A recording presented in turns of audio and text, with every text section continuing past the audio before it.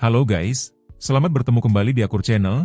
Kali ini Mimin akan menceritakan kelanjutan Donghua Nine Sons Martial God bagian 58. Namun tak bosan-bosannya Mimin ingin mengucapkan maaf yang sebesar-besarnya, dikarenakan untuk video dan alur cerita tidak sama, jadi untuk videonya, hanya sebagai bumbu pemanis saja ya guys. Baiklah, supaya tidak berbasa-basi lebih lama lagi, langsung aja kita terobos ke ceritanya. Pada episode sebelumnya, diceritakan Ye Yunfei keluar dari istana bayangan surgawi dengan kekuatan jiwa yang melonjak 5 kali lipat. Sementara di luar gunung para jenius bertarung mati-matian melawan lautan monster bayangan. Saat identitasnya terbongkar, keserakahan dan kebencian langsung mengarah padanya. Chen Fan tumbang hanya dalam satu serangan, membuat semua orang gemetar. Dikepung para jenius, Ye Yunfei tetap tenang, bergerak secepat bayangan, dan dengan busur Overlord melukai lawan satu persatu, membuktikan bahwa badai besar baru saja dimulai. Dalam keputusasaan, hamparan energi spiritual kuning yang luas menyembur keluar dari tubuh Xiao Tianlong. Energi itu dengan cepat mengembun di permukaan kulitnya, lalu berubah menjadi sebuah lonceng kuning raksasa yang menyelimuti seluruh tubuhnya. Pada saat yang sama, 3 anak panah panjang melesat cepat dan menghantam lonceng tersebut dengan suara benturan keras. Lonceng kuning raksasa itu langsung bergetar hebat, menjadi semakin ilusif, lalu perlahan mulai menghilang. Xiao Tianlong tertawa keras seolah meremehkan serangan itu, meskipun wajahnya tampak semakin pucat. Namun Ye Yunfei tidak berhenti. Ia dengan cepat kembali menarik busurnya, dan 3 anak panah panjang lainnya kembali melesat ke arah Xiao Tianlong. Terkejut, Xiao Tianlong segera mundur, tetapi semua itu sia-sia. Ketiga anak panah itu menembus batas ruang dan waktu, muncul di sekitar tubuhnya, lalu menyerang dari 3 arah berbeda secara bersamaan. Dalam keadaan terdesak, Xiao Tianlong tidak punya pilihan selain memanggil kembali lonceng kuning raksasa untuk melindungi dirinya. 3 anak panah kembali menghantam lonceng tersebut dengan keras. Tubuh Xiao Tianlong bergetar hebat, dan seteguk darah langsung dimuntahkannya. Dalam kepanikan, ia segera bergerak cepat dan melarikan diri demi menyelamatkan nyawanya. Ia telah terluka. Ye Yunfei mendengus dingin saat melihatnya mencoba melarikan diri.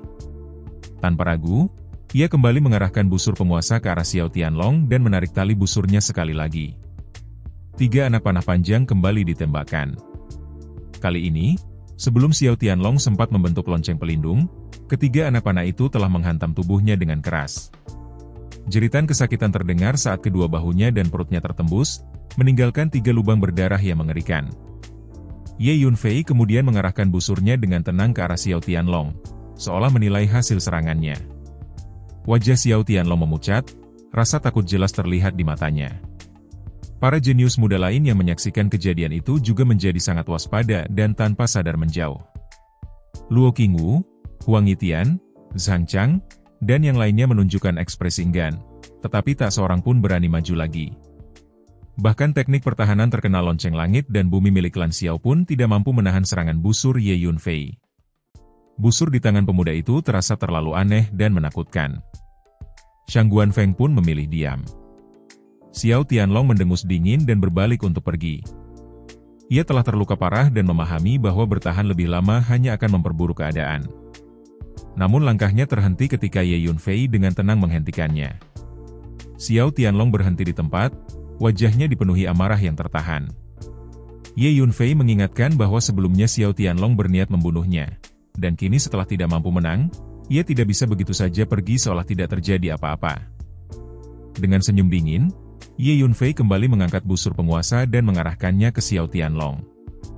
Melihat busur itu, kelopak mata Xiao Tianlong berkedut hebat, rasa ngeri menjalar di kulit kepalanya. Ia akhirnya menahan amarahnya dan bertanya apa yang diinginkan Ye Yunfei agar ia bisa dilepaskan. Sebagai anggota inti klan Xiao, penghinaan seperti ini belum pernah ia alami, tetapi ia tahu bahwa Ye Yunfei berani membunuh Chen Fan, sehingga membunuhnya juga bukan hal mustahil. Pada titik ini, bertahan hanya berarti mencari kematian. Ye Yunfei mencibir, mempertanyakan alasan untuk membiarkannya pergi. Dalam keadaan terpaksa, Xiao Tianlong melambaikan tangannya dan mengirimkan beberapa cincin spasial yang ia kumpulkan selama berada di dunia kecil bayangan surgawi. Namun Ye Yunfei masih belum puas dan dengan dingin meminta semua yang dimiliki Xiao Tianlong. Ekspresi Xiao Tianlong berubah, tetapi ketika Ye Yunfei kembali menarik tali busur, ia langsung menyerah. Baginya, Harta hanyalah sesuatu yang bisa dicari kembali, sementara nyawa adalah yang paling penting. Ia pun menyerahkan semua cincin spasial yang tersisa. Setelah memastikan melalui kekuatan jiwanya bahwa Xiao Tianlong benar-benar tidak menyimpan apapun lagi, Ye Yunfei melambaikan tangannya dan menyimpan semua cincin tersebut. Tanpa berkata apa-apa lagi, Xiao Tianlong berubah menjadi seberkas cahaya dan melesat pergi ke langit. Setelah itu, tatapan Ye Yunfei beralih kepada para jenius muda lainnya. Ia menyatakan bahwa semua orang yang baru saja menyerangnya harus menyerahkan seluruh barang mereka atau menghadapi kematian. Ancaman itu membuat suasana menjadi tegang. Zhang Chang dari Sekte Yin Yang segera berteriak marah, tetapi sebelum ia sempat melakukan apapun, 3 anak panah panjang telah melesat keluar. Ekspresi Zhang Chang berubah drastis. Ia mengeluarkan cambuk dan mengayunkannya dengan seluruh kekuatannya, energi spiritual bergelombang keluar hingga jubah Taoisnya berkibar hebat. Namun pada detik berikutnya, tubuhnya terpental ke belakang, darah muncrat di udara, disertai suara retakan tulang yang patah. 3 luka berdarah muncul di tubuhnya. Pertahanannya bahkan lebih lemah dari Xiao Tianlong, dan ia terluka parah hanya dalam 1 serangan. Rasa dingin menyelimuti hati semua orang. Zhang Chang segera menyerah, meraung bahwa ia akan memberikan semua miliknya. Lebih dari selusin cincin spasial terbang ke arah Ye Yunfei. Setelah menerima semuanya, Ye Yunfei dengan tenang mempersilahkannya pergi. Zhang Chang langsung menggunakan teknik gerakannya dan melarikan diri tanpa menoleh lagi. Tatapan Ye Yunfei kemudian kembali menyapu para jenius muda yang tersisa. Ia memperingatkan agar tidak ada yang mencoba melarikan diri, kecuali mereka yakin mampu berlari lebih cepat dari anak panahnya. Luo Qingwu menatapnya dengan ekspresi rumit, mencoba membujuk agar Ye Yunfei tidak bertindak terlalu jauh, mengingat semua orang berasal dari klan dan sekte besar wilayah timur, dan belas kasihan sekarang bisa menghindarkan masalah di masa depan. Namun Ye Yunfei hanya tertawa dingin dan mempertanyakan apakah belas kasihan benar-benar akan membawa kedamaian di kemudian hari. Tatapannya membuat Luo Qingwu terdiam. Setelah beberapa saat, ia menghela napas, melambaikan tangannya, dan 8 cincin spasial terbang ke depan Ye Yunfei sebelum ia berbalik dan pergi. Setelah itu, para jenius muda lainnya pun ragu sejenak sebelum akhirnya melakukan hal yang sama. Satu persatu mereka menyerahkan barang-barang mereka, termasuk Shang Guanfeng. Bahkan Qin An dengan tergesa-gesa menyerahkan semua miliknya dan pergi dengan wajah pucat, karena ia kini benar-benar takut pada Ye Yunfei. Ia tahu bahwa dengan kekuatan Ye Yunfei saat ini, membunuhnya hanyalah perkara mudah. Dari kejauhan, para praktisi bela diri lainnya menatap dengan tak percaya. Para jenius muda yang biasanya tinggi hati kini justru dirampok secara massal di depan semua orang. Pemandangan itu membuat semua orang terkejut dan tak mampu berkata-kata. Hu Miao melangkah maju dengan wajah penuh kegembiraan, menyadari bahwa mereka telah memperoleh harta yang luar biasa banyak. Ye Yunfei hanya tersenyum tipis, menyimpan busur penguasa, lalu melangkah pergi bersama Hu Miao. Sementara itu, para praktisi bela diri di sekitar mereka masih berdiri terpaku, berusaha mencerna kejadian yang baru saja terjadi. Hu Miao berjalan di samping Ye Yunfei dengan langkah ringan, matanya masih dipenuhi keterkejutan. Ia benar-benar tak menyangka kekuatan busur Overlord bisa sedemikian mengerikan, hingga para jenius muda wilayah timur dibuat tak berdaya. Rasa kagum itu tak tertahankan dan mengalir keluar dari ucapannya. Ye Yunfei hanya tertawa kecil.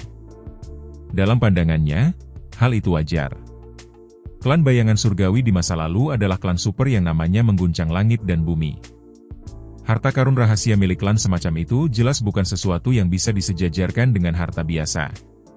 Sejak awal, klan bayangan surgawi memang tak pernah memandang remeh harta karun kelas rendah.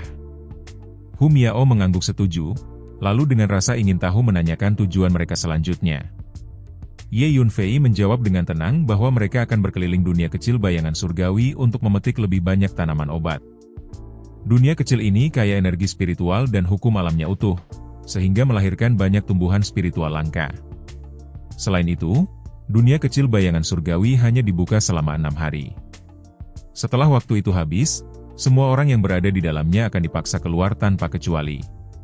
Setelah itu, Ye Yunfei membawa Hu Miao berkeliling ke berbagai wilayah dunia kecil tersebut untuk mengumpulkan ramuan spiritual. Dengan pengalaman kultivasi selama ribuan tahun, Ye Yunfei memahami betul bahwa sumber daya adalah fondasi terpenting bagi seorang praktisi bela diri. Karena itulah, Ia sama sekali tidak menyia-nyiakan satupun ramuan spiritual yang ditemuinya. Selama masih terlihat dan dapat diambil, semuanya dipungut tanpa tersisa. Di tengah perjalanan, Huangshang juga keluar dari dalam kuali, menyatakan niatnya untuk membantu mengumpulkan tanaman obat. Ye Yunfei meliriknya dan menyadari bahwa tubuh jiwa Huangshang kini jauh lebih padat dibanding sebelumnya. Huangshang pun menjelaskan dengan penuh semangat bahwa selama ini ia berlatih teknik kultivasi hantu, dan jiwanya telah sepenuhnya pulih ke kondisi puncak. Ye Yunfei mengangguk, mengatakan bahwa itu baru permulaan, dan suatu hari nanti Huangshang akan benar-benar memahami keajaiban teknik kultivasi tersebut. Tak lama kemudian, Huangshang menuju ke arah sebuah lembah di depan mereka. Dari kejauhan, aroma obat yang kuat sudah tercium, pertanda jelas bahwa di sana pasti terdapat banyak tanaman obat. Ye Yunfei langsung memimpin Hu Miao dan Huangshang menuju lembah kecil itu. Namun, bahkan sebelum mereka benar-benar memasukinya, suara-suara dari dalam lembah sudah terdengar dengan jelas. Itu menandakan bahwa ada orang lain yang lebih dulu berada di sana. Tawa keras seorang pria menggema, disertai nada penuh kesenangan. Tak lama kemudian, suara seorang wanita terdengar, jernih dan lembut, mempertanyakan keberadaan tanaman obat berharga yang dijanjikan. Suara wanita lain pun menyusul, semerdu kicau burung bulbul, menegaskan bahwa mereka berdua datang ke lembah itu demi ramuan berharga tersebut. Mendengar kedua suara itu, Ye Yunfei sedikit terkejut. Suara-suara itu terasa sangat familiar, hingga dua sosok wanita langsung terlintas di benaknya. Tak lama kemudian, suara pria itu kembali terdengar, kali ini dengan nada menyeramkan. Ia mengakui bahwa lembah itu sebenarnya tidak memiliki tanaman obat berharga, hanya beberapa tanaman spiritual tingkat 5 atau 6. Ia sengaja menipu kedua wanita itu agar datang ke tempat terpencil tersebut. Mendengar pengakuan itu, suara wanita yang lembut dan jernih langsung membalas dengan kemarahan, mempertanyakan maksud sebenarnya pria itu memikat mereka ke lembah terpencil. Suasana dengan cepat berubah menegangkan. Pria itu kemudian mengungkapkan niat busuknya tanpa malu, mengaku telah lama mengagumi kecantikan kedua wanita itu, namun terhalang aturan sekte. Ia menganggap kesempatan ini sebagai peluang yang telah lama ditunggunya, bahkan dengan angkuh membeberkan fantasi menjijikan tentang hidup intim bersama mereka berdua. Tawa terbahak-bahak penuh nafsu pun menggema di lembah. Kedua wanita itu membalas dengan kemarahan dan jijik, menyebut pria bermargamo itu sebagai makhluk tak tahu malu dan binatang buas. Mereka mengancam akan melaporkan perbuatannya kepada sekte dan para tetua, bahkan mengungkit perbuatan tercelanya di masa lalu. Namun pria itu justru tertawa semakin keras, mengungkapkan bahwa ia telah mencampurkan yin yang Hihuan-san ke dalam air minum mereka. Obat itu memaksa korbannya untuk berhubungan intim dalam waktu 1 jam, atau tubuh mereka akan meledak dan mati. Dengan nada angkuh, ia menyatakan bahwa tidak ada jalan keluar bagi mereka. Tak lama kemudian, kedua wanita itu mulai merasakan tubuh mereka melemah. Salah satunya berteriak panik karena kakinya tak lagi mampu menopang tubuh, sementara yang lain juga merasakan kelemahan yang sama. Pria itu tertawa puas, bahkan terdengar suara kain robek, diikuti teriakan ketakutan dari kedua wanita. Hu Miao yang mendengar semuanya menggertakkan giginya dengan marah, menyebut pria itu binatang buas. Huangshang merasa jijik dan memilih kembali masuk ke dalam kuali. Ye Yunfei, dengan ekspresi dingin, memutuskan untuk masuk ke lembah dan melihat langsung apa yang terjadi. Begitu memasuki lembah, pandangan Ye Yunfei menyapu sekeliling. Di atas hamparan rumput, dua wanita terbaring tak berdaya dengan wajah penuh ketakutan. Keduanya masih sangat muda, sekitar 16 atau 17 tahun, dan memiliki kecantikan yang mencolok. Yang satu berwajah oval dengan lesung pipi dan mata bening seperti air musim gugur, sementara yang lain memiliki pesona anggun dengan leher ramping dan tatapan memikat. Pakaian mereka tampak berantakan, jelas tak mampu bergerak dan sepenuhnya berada dalam posisi tak berdaya. Di samping mereka berdiri seorang pria berbaju putih dengan senyum jahat yang menjijikan. Pria itu terkejut ketika melihat Ye Yunfei dan Hu Miao tiba-tiba muncul, lalu bersikap waspada. Namun kedua wanita itu justru menunjukkan ekspresi penuh harapan, seolah orang yang tenggelam akhirnya melihat seutas jerami penyelamat. Mereka langsung mengenali Ye Yunfei dan berseru bersamaan. Ye Yunfei tertawa ringan dan menyapa mereka. Ia pun mengenali kedua wanita itu sebagai gadis berpakaian putih dan gadis berpakaian merah yang pernah ia temui di kota Tianteng.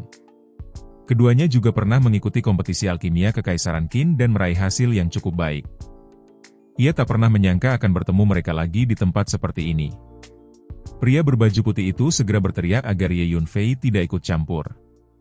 Namun setelah mengamati tingkat kultivasi Ye Yunfei yang hanya berada di tahap akhir alam surgawi, pria itu justru tertawa sinis, menganggapnya tak lebih dari semut. Ia merasa jauh lebih kuat karena berada di tahap akhir alam mendalam. Ia juga menatap Hu Miao, namun karena kekuatannya tertutup ilusi, pria itu menganggap Hu Miao pun tidak berbahaya. Keserakahan pun terpancar dari matanya, bahkan memandang Hu Miao dengan tatapan cabul, seolah hari ini keberuntungan besar jatuh ke tangannya. Pria itu dengan angkuh menyeringai, berniat melumpuhkan Ye Yunfei terlebih dahulu lalu memaksanya menonton. Namun tepat pada saat itu, Hu Miao bergerak. Sosoknya melesat dengan kecepatan yang nyaris tak terlihat. Dalam sekejap mata, ia sudah berada di depan pria berbaju putih itu. Dengan gerakan sederhana dan lembut, telapak tangan Hu Miao menghantam tepat ke dantian pria tersebut. Pria itu bahkan tidak sempat bereaksi. Dengan suara gedebuk teredam, dantiannya hancur berkeping-keping. Seluruh hasil kultivasinya lenyap seketika. Baru setelah itu ia menyadari apa yang terjadi dan menjerit kesakitan. Suaranya dipenuhi keputusasaan dan teror karena telah benar-benar dilumpuhkan. Pria berbaju putih itu meraung penuh amarah, menyebut dirinya sebagai murid sekte Tongseng dan merasa tidak terima diperlakukan seperti itu. Namun raungannya terhenti mendadak ketika sebuah belati hitam pekat melesat cepat dan menancap di tenggorokannya. Suaranya langsung terputus, tubuhnya gemetar sesaat sebelum akhirnya terdiam. Pada saat itu, gadis berbaju merah yang masih berada dalam kondisi lemah melambaikan tangan ke arah Ye Yunfei dan berusaha berdiri.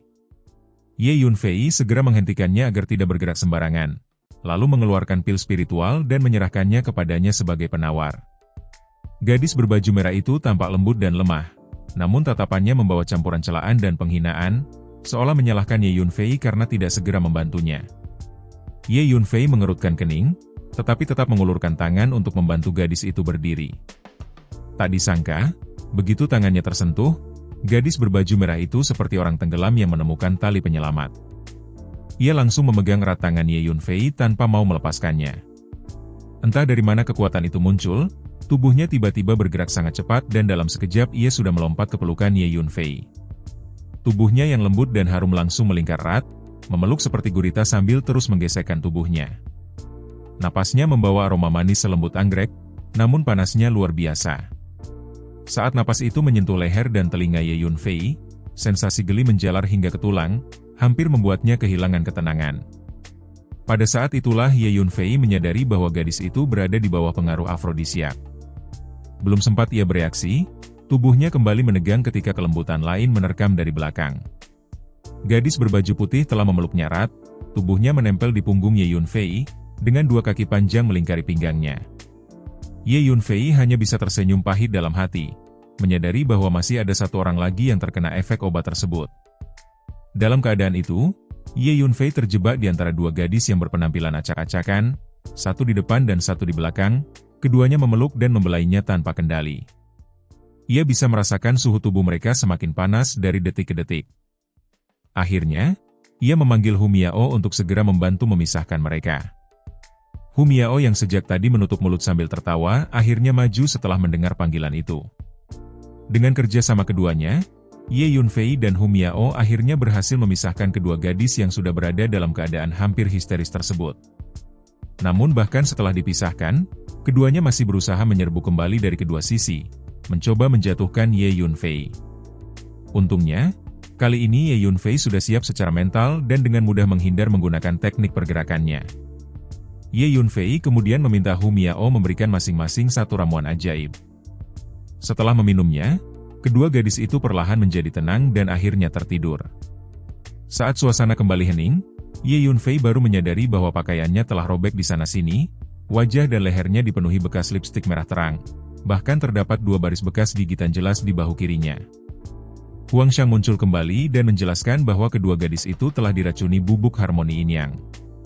Penawar khusus harus dibuat untuk menetralisir racun tersebut, karena jika tidak, efek samping jangka panjang akan tetap tertinggal meskipun efek obat telah mereda. Ye Yunfei mengangguk dan meminta Huangxiang menyiapkan penawarnya. Huangxiang segera menyetujuinya, karena bahan ramuan yang dibutuhkan sudah mencukupi. Selama ini, Semua ramuan spiritual yang dikumpulkan Ye Yunfei memang diserahkan kepadanya, menjadikannya alkemis pribadi Ye Yunfei. Tak lama kemudian, Huang Xiang berhasil meracik penawar dan memberikannya kepada kedua gadis itu. Sebagai ahli alkimia kelas 8, membuat penawar bubuk harmoni Yin Yang bukanlah hal sulit baginya. Saat melihat kedua gadis itu, ekspresi Huang Xiang menjadi rumit. Ia mengungkapkan bahwa mereka ternyata adalah murid sekte Tongseng. Ketika Ye Yunfei menanyakan hal itu, Huang Xiang perlahan mengungkapkan bahwa dirinya dahulu adalah pemimpin sekte Tongseng, sebelum akhirnya dikhianati oleh muridnya sendiri hingga hampir binasa sepenuhnya. Jejak rasa sakit masih terlihat jelas di wajahnya. Tak lama kemudian, Hu Miao memberitahu bahwa kedua gadis itu telah sadar. Mereka perlahan membuka mata, dan begitu melihat mayat pria berbaju putih, kebencian kembali muncul di wajah mereka. Namun saat pandangan mereka bertemu dengan Ye Yunfei, wajah keduanya langsung memerah karena malu, seolah ingin menghilang dari tempat itu. Meskipun mereka tidak mampu mengendalikan diri sebelumnya, ingatan kejadian itu tetap jelas dalam benak mereka. Ye Yunfei merasa suasana menjadi canggung. Ia menyatakan bahwa karena keadaan mereka sudah membaik, ia akan pergi terlebih dahulu. Ia berbalik untuk meninggalkan lembah, tetapi tiba-tiba gadis berbaju putih menghentikannya. Ia menjelaskan bahwa mereka masih sangat lemah dan jika bertemu orang jahat lagi, akibatnya akan sangat berbahaya. Ketika Ye Yunfei menanyakan maksudnya, gadis itu menyatakan bahwa mereka ingin mengikuti Ye Yunfei. Ye Yunfei mengerutkan kening, namun gadis berbaju putih dan gadis berbaju merah bersikeras, menyiratkan bahwa setelah semua yang terjadi, mereka tidak bisa begitu saja ditinggalkan. Ye Yunfei merasa sedikit tidak berdaya, karena menurutnya ia sama sekali tidak memanfaatkan mereka. Namun gadis berbaju merah tetap menatapnya dengan mata indah yang memerah, mengingat kejadian sebelumnya membuatnya sendiri merasa malu. Setelah berpikir sejenak, Ye Yunfei akhirnya mengangguk. Ia memahami bahwa efek obat baru saja hilang dan kondisi tubuh mereka masih lemah, sehingga sulit bagi mereka untuk melindungi diri sendiri. Kedua gadis itu langsung tampak gembira dan berdiri mengikuti langkahnya keluar dari lembah. Huang Xiang sudah kembali ke dalam kuali alkimia, sementara Hu Miao berjalan bersama kedua gadis itu, mengobrol dengan riang dan mengatakan bahwa tuannya sebenarnya orang yang sangat baik. Mendengar itu dari depan, Ye Yunfei hanya menunjukkan ekspresi muram. Ketiga wanita itu terus mengobrol tanpa henti, membuat suasana perjalanan menjadi jauh lebih hidup. Dalam perjalanan itu, Ye Yunfei akhirnya mengetahui nama mereka. Gadis berbaju putih bernama Xiao Suexi, kakak perempuan, sedangkan gadis berbaju merah bernama Wu Xianling, adik perempuan. Sejak saat itu, Ye Yunfei memimpin mereka berkeliling dunia kecil bayangan surgawi untuk mengumpulkan ramuan spiritual. Selain ramuan, mereka sesekali juga menemukan harta karun lain yang tertinggal, sesuatu yang wajar karena dunia kecil ini dahulu merupakan markas besar klan bayangan langit. Tidak lama kemudian, sebuah raungan penuh kemarahan terdengar dari kejauhan. Ye Yunfei langsung mengenali suara itu sebagai milik He Hou Feng. Wajahnya pun menjadi gelap. Dari percakapan yang terdengar, jelas bahwa Qin Jian telah bersekongkol dengan sekte surga terpencil untuk memburu murid-murid sekte Tianyuan. Bahkan terungkap bahwa paviliun Xia Yao telah lama tunduk kepada sekte Huang Tian dan diam-diam melaporkan setiap gerak-gerik sekte Tianyuan serta Ye Yunfei. Mendengar itu, Ye Yunfei tersenyum sinis, merasa bahwa paviliun Xia Yao memang sudah tidak punya alasan untuk terus ada. Dengan indera ilahinya, ia segera melihat dari kejauhan 4 sosok yang berlari panik ke arahnya. Mereka adalah Long Yingying, He Hou Feng, Wu Yan, dan Xiaolin dari sekte Tianyuan. Di belakang mereka, sekelompok besar orang tengah mengejar dengan ganas, membuat suasana kembali menegang. Dan, adegan ini pun mengakhiri pertemuan kita kali ini. Terima kasih kepada semua yang telah menyimak dari awal sampai akhir video ini, dan juga Mimin ingin mengucapkan terima kasih yang sebesar-besarnya, kepada semua yang sudah subscribe Akur Channel. Semoga semuanya dimudahkan rezekinya, dan dilancarkan segala urusannya, juga disehatkan selalu setiap saat, dan terhindar dari segala penyakit. Amin.